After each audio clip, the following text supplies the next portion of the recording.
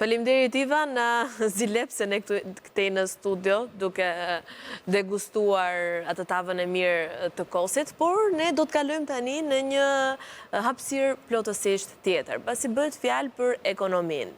Ka her pas here keq kuptime midis ngatresës që bëhet standardi i jetesës dhe cilësia e jetesës. Janë dy gjëra që mund të duket sikur janë të njëjtat, por në fakt kanë diferencë. E për këtë do të flasim edhe me ekspertin e ekonomisë, Enrico Ceko, me njerë pas sigletës.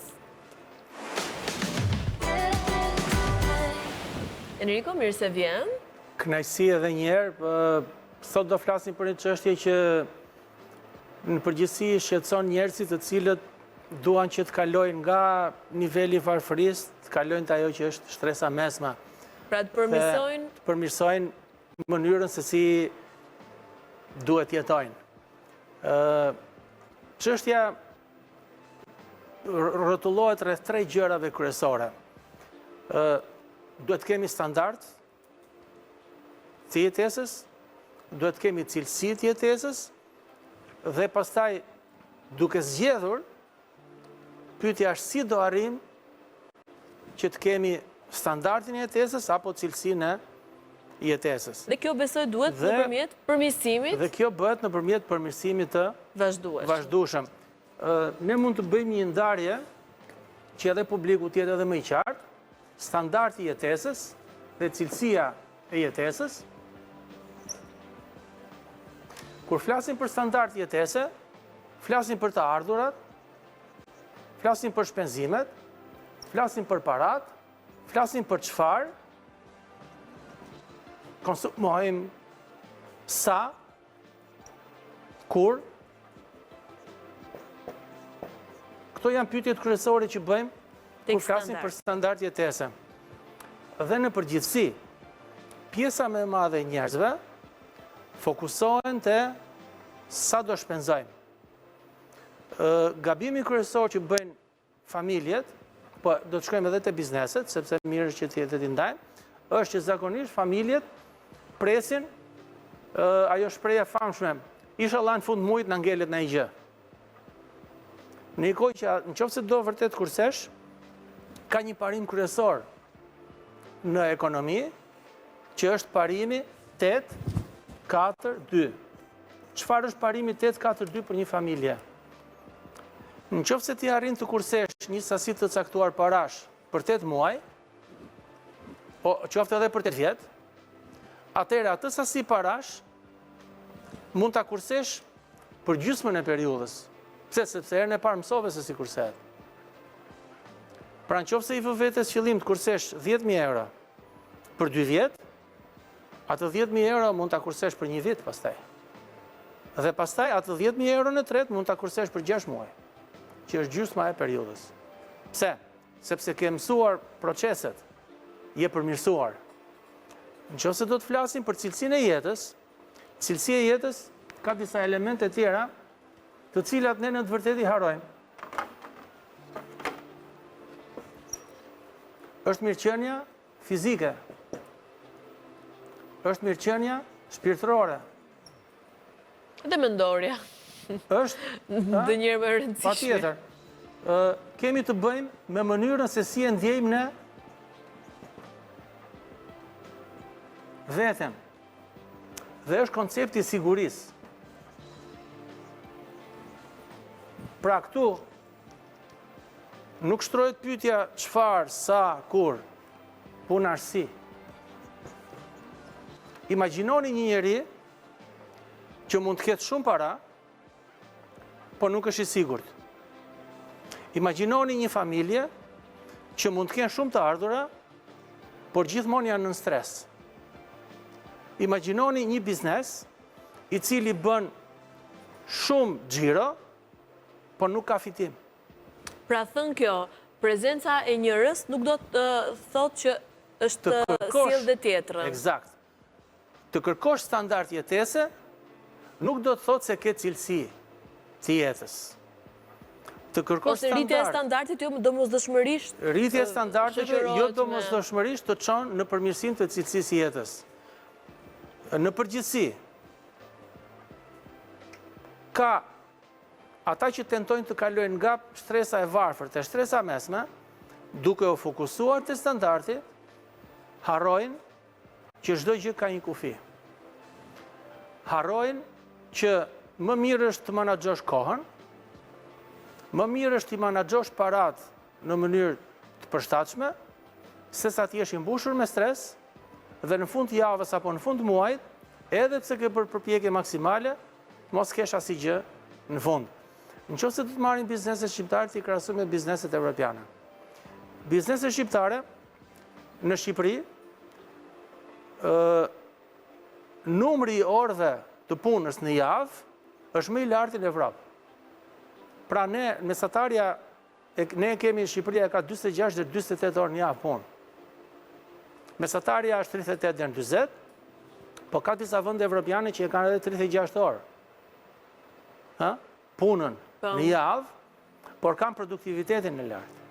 Tani çfarë ndodh kur fokusohesh te standardi dhe lë pasdore cilësinë? Nuk ke arritur që të bësh një sistem. Mungon sistemi. Le ta lidhim çik me bizneset. Tham që bizneset shqiptare, punëtorët punojnë 46 dhe 48 orë në ditë në javë. Dhe prap janë edhe më të keq paguarit. Ora e punës në Shqipëri është diku te 3 euro. Në një kohë që në Evropë, ora e punës është edhe 15 edhe 16 euro. Po kosto e jetesës absolutisht që është në raport me patjetër që kjo është në raport edhe me kostën e jetesës. Prandaj po themi që ne synojmë të punojmë më shumë, sepse me që i kemi pagën e ulët kërkojmë të bëjmë punë orë më shumë, po në fund kjo nuk është se na jep një produktivitet të lartë dhe nuk është se na pasqyrohet të çmimet në treg.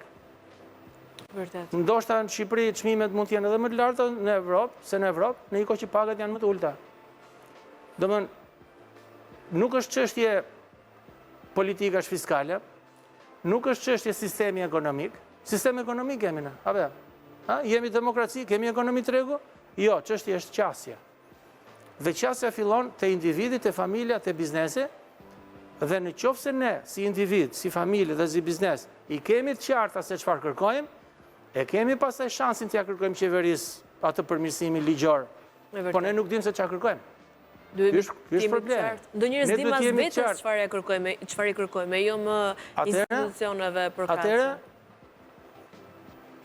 që të arrihet një cilësi jete mbi bazën e cilës të kesh standard jetese, duhet koncepti i përmirësimit vazhdueshëm. Çfarë është përmirësimi i vazhdueshëm? E në fakt, me që se jemi këtu të përmirësimi i vazhdueshëm, po mendoja që, si që thamë, këto të dyja jo domosdoshmërisht janë treguese të njëra tjetrës. Pra, si që standardi jo domosdoshmërisht cilësia e jetës të sjell standard. Po standardi nuk të sjell cilësinë e jetës. Po ndonjëherë ka njerëz që nuk kanë standard shumë të lartë, por cilësinë e jetës mund ta kenë konsiderueshëm mirë, për faktor edhe rastësor. Por ndoshta do t'ishte për ta mbajtur këtë cilësi të lartë, besoj atëherë duhet një standard, një rritje standardi, apo jo? Kur flasim për përmirësimin e vazhdueshëm, përmirësimi i vazhdueshëm është që e ka bërë Japoninë të jetë atje ku është. Japonezët i thonë Kaizen, si koncept, përmirësimi i vazhdueshëm. Gjermanët janë atje ku janë për shkak të përmirësimit të vazhdueshëm. Edhe njerëzimi është aty ku është tani për shkak të përmirësimit. Continuous improvement është termi bazë që përdoret edhe në këto disiplinat e menaxhimit të cilësisë. Përmirësimi i vazhdueshëm kërkon që çdo ditë të rregullosh nga një gjë të vogël në jetën tënde. Flas për individin dhe familjen. Në biznes, çdo ditë të rregullosh një gjë të vogël në proceset dhe procedurat e biznesit. Nëse ti rregullon çdo ditë nga një gjë të vogël, në fund vitit ka arritur një gjë të madhe. Në fund vitit ka arritur të ndërtosh një sistem. Dhe në qoftë se ti ndërton një sistem, atëherë e ke më të lehtë të harxhosh më pak kohë pune për të patur produktivitet të lartë. Ne tani flasim për inteligjencën artificiale, flasim për automatizimin e proceseve të prodhimit në biznes. Në familje është e njëjta gjë. Individi, qoftë ata që jetojnë, që janë rritur edhe jetojnë vetëm, apo janë edhe tani që jetojnë bashkë, po edhe ata që janë familjar. Ka një pyetje shumë të madhe sot në botë, që më mirë është mos kesh fëmijë apo të kesh vetëm një fëmijë, apo më mirë është të kesh 2 dhe 3 fëmijë. Gabimisht, ne i japim përgjigje pozitive variantit parë, që ose nuk do kemi fëmijë, do mbajmë qenë, do mbajmë mace, ose do kemi një fëmijë, po do të arritim mirë. Gjithë rrogën që do marrim për atë fëmijën do i bëjmë. Ky është gabimi kryesor. Ky është gabimi që bëjmë ne duke menduar se ne do arrim standard jetese. Duke menduar që do arrim standard jetese, s'ke për të arrit asgjë. Ka familje të cilat bëjnë edhe 2 dhe 3 fëmijë, ndoshta e kanë një çik vështirësi kur fëmijët janë në moshën 18 deri 22 vjeç. Pastaj në momentin që fëmijët shkojnë në shkollë, tani është edhe ky trendi që duke qenë shkolla dhe ata bëjnë një punë part-time, atëherë kjo familje me 4 dhe 5 persona ka 5 rroga në shtëpi. Pra është një formë investimi për të ardhmen, sepse ka më shumë kontribues në shtëpi se një familje e vogël. Ne po Në fakt, ky si koncept është shumë i vërtet që ndron, por për një kulturë shqiptare, dhe një shoqërie shqiptare të para disa viteve. Tani, kjo pjesa që po largohen nga familjet të rinë të familjes? Kjo është ajo që po vuajmë në sot si shoqëri, që kemi më pak martesa, më pak lindje, dhe një pjesë të rinjve që largohen një shtetit. Në shumë raste ka pasur dhe braktisje të prindërve, patjetër. Kështu që jo domosdoshmërisht. Pse? Sepse janë dhënë të lekët. Në themel të jetës tyre është paraja. Standardi. Po nuk është themeli jetës paraja. Ka njerëz që janë shumë të pasur, po që në fund jetën e tyre individuale ata nuk e kontrollojnë dot. Jetën tonë gjithë secilit e kontrollon ajo atje lart. Kështu që është shumë e rëndësishme që për aq sa ta kemi jetën, të kemi cilësi jete, të kemi një shëndet mendor, të kemi një nga ana fizike ta ndjen veten mirë. Të jemi dhe qenie sociale. Të jemi qenie sociale, të komunikojmë, të rregullojmë marrëdhëniet me njëri tjetrin dhe të shtojmë nivelin e sigurisë. Ky është themeli. Nëse duam që të bëjmë to, patjetër duhet të mbështetemi te koncepti i përmirësimit të besoj që kjo ndikon edhe në një biznes që mund të ndërtojmë, jo vetëm standardi, po dhe cilësia e punës, ambientit. Çfarë ndodh në biznes? Një pjesë e mirë e bizneseve kanë konceptin të shesim sa më shumë. Por puna është çashet. Ajo që i rekomandojmë bizneseve është që të gjithë produktet dhe shërbimet që kanë t'i vendosin në një tabelë Excel. Në fillim do t'i vendosin sipas alfabetit. Produkti që fillon me A, me B, me C, me D, deri në fund. Në vazhdim, po. Pastaj, mbasi ke ndërtuar këtë tabelë, do vendosësh çmimin për njësi, dhe pastaj do bësh një tabelë tjetër ku do vendosësh sasinë që shet. Nëse ti ke këto 2 tabela, dhe do bësh një tabelë të tretë, cilat janë produktet që ti shet më shumë. Në momentin që ti shikon cilat janë produktet që ti shet më shumë, do gjesh te produktet që ti shet më shumë, ato produkte të cilat kanë çmimin e blerjes më të ulët dhe çmimin e shitjes më të lartë. Me ato produkte do merresh zotëre. Le të jesh ti biznesmen i famshëm, ku diun çat dush ti. Nëse ti nisesh të bësh xhiro sa më shumë, të shesësh sa më shumë, po në fund të muajit fitimin e ke shumë të vogël, atëherë të mungon kjo tabela. Të mungon kjo analizë financiare e thjesht, e cila bazohet mbi parimin 20 me 80. Çfarë thot parimi 20 me 80? 20% e produkteve të sjellin 80% shitjeve. Nëse ti fokusohesh te 20% e produkteve, atëherë ti e ke gatshme 80% shitjeve në fund të muajit. S'ke pse merresh me çikrima. Ka produkte që ti i blen me 99 lek, edhe i shet me 100 lek. Për 1 lek. Po pse mund t'i marrësh 9900 lek dhe i shet 1000 lek, e mora kështu si shembull. Pse për 1%? Pse për 1% do merresh ti gjithë muajin? Nuk është e thënë që të kesh çdo gjë në magazin. Nuk është e thënë të kesh çdo gjë në depo, në dyqan. Më mirë më pak e më saktë. Më pak, më saktë. Produktet që ecin më shumë të sjellin 80% shitjeve. Enrico, një kuriozitet. Për përmirësimin e vazhdueshëm, është mirë që të bëjmë një studim tregu të konkurrentëve lokal sa më të afërt, apo ndonjëherë më shumë të fokusohemi në tregun global, të shohim çfarë bëhet për te asaj ku jemi që mund ta prekim më nga afër? Kjo është një pyetje shumë interesante. Ne mund t'i ndjekim të dy opsionet, por ta zëm se unë jam një kompani që shes kompjutere. Jam Tiranë. Normal që unë do shikoj se si është tregu në Kosovë, në Maqedoni, në Shkodër, në Librazh. Ama konkurrentët e mi janë ata që kam aty, dyqanet e tjera për rreth. Pra kryesore është... Nuk mund të them unë që konkurrenti im është Hewlett Packard apo Microsoft. Jo për pjesën e...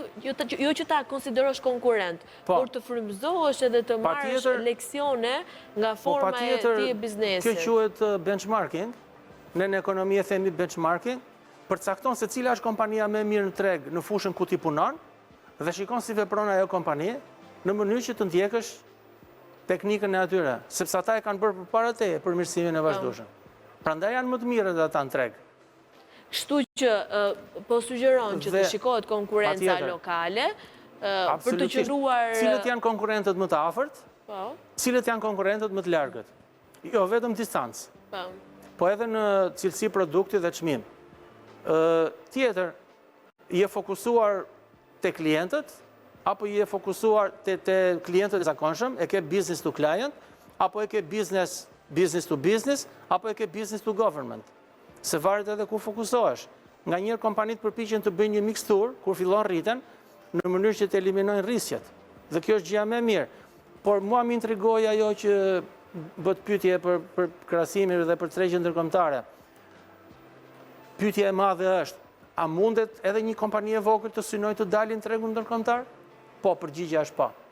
Nëse kemi një kompani të vogël, nëpërmjet të cilës synojmë që të dalim në tregjen ndërkombëtare, patjetër që koncepti i përmirësimit vazhdueshëm është koncepti që na orienton te cili treg, po, te cili treg të shkojmë, në atë tregun që do shkojmë me joint venture, do shkojmë të hapim dyqan shitjesh, do shkojmë që të prodhojmë dhe ato gjëra që i prodhojmë të sjellim të shesim këtu, apo do prodhojmë dhe do i shesim atje, apo do kemi pikë shpërndarje, do më këta janë opsionet të cilat janë gjithmonë të hapura, jo vetëm për bizneset mëdha, edhe për bizneset vogla. Kur bëhet fjalë për standardin e jetesës, është paksa më i matshëm. Ka shifra, forma të ndryshme që mund të matet. Ndërsa për cilësinë e jetës nuk vlen e njëjta gjë. Është paksa më e vështirë. Është koncept më i gjerë. Dhe në përgjithësi ka disa pyetësorë që i drejtohen popullatës së një vendi për të matur cilësinë e jetës, dhe këtu te këto pjesë pyetësorëve ne si Shqipëri nuk është se shquhemi. Bile nëse do përmendim një pyetësor që është bërë rezultatet e cilit dolën javës që kaloi, ishte që shqiptarët e ndjejnë veten më pak të lumtur në Evropë në krahasim me popullsitë e tjera. Nuk është faji i qeverisë, është faji i shqiptarëve. Shqiptarët e kanë mendjen te paraja, shqiptarët nuk e kanë mendjen te jeta. Ky është problemi kryesor. Po që vlen kjo tani, se kush e ka fajin? Tani faje të gjithë kanë këtu nga pak, por që edhe ne në vetvete kemi një faj të madh, që jemi të fokusuar, e kemi si fokus të fundit cilësinë e jetesës. Cilësia e jetës është e fundit, paraja ka një pjesë e mirë e njerëzve kur i shef në rrugë në vend të syve kanë dollar, kanë euro. Dhe në fakt qëndron edhe në familjet shqiptare pas herë ka diskutim se sidomos për brezin paksa më të madh, është një luftë midis tyre dhe brezit më të ri.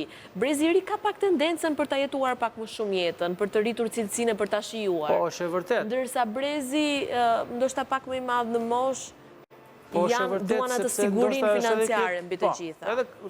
Shiko, brezi që është më ashtu edhe ka vujtur, edhe po flasim kështu hapur, tani ka vujtur edhe çik më shumë. Nganjëherë kemi edhe këtë dëshirën që mos e të rinj janë, s'ka problem. Let mos vujnë ashtu si që kemi vujtur në përpara. Po unë do të thosha këtë. Për ta mbyllur. Për ta mbyllur. Që në qoftë se doni të jetoni si 1% e banorëve të globit, si ata që janë të pasur, mos mendoni si 99%.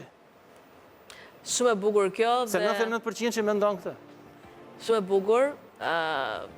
një shprehje që duhet ta kemi parasysh të gjithë në mënyrë që të rrisim si standardin, por edhe cilësinë e jetës. Faleminderit Enrico, kënaqësi si gjithmonë. Do të kalojmë tani në një rubrik tjetër, tek bizneset, por në fushën e bujqësisë, mund të thuhet më shumë. Gazetarja e emisionit Esta Papa ka shkuar në një ster dhe atje ka ndjekur të gjithë procesin nga fara në lullëzimin e luleve. Ndjekim insertin e punuar dhe rikthehemi përsëri në studio.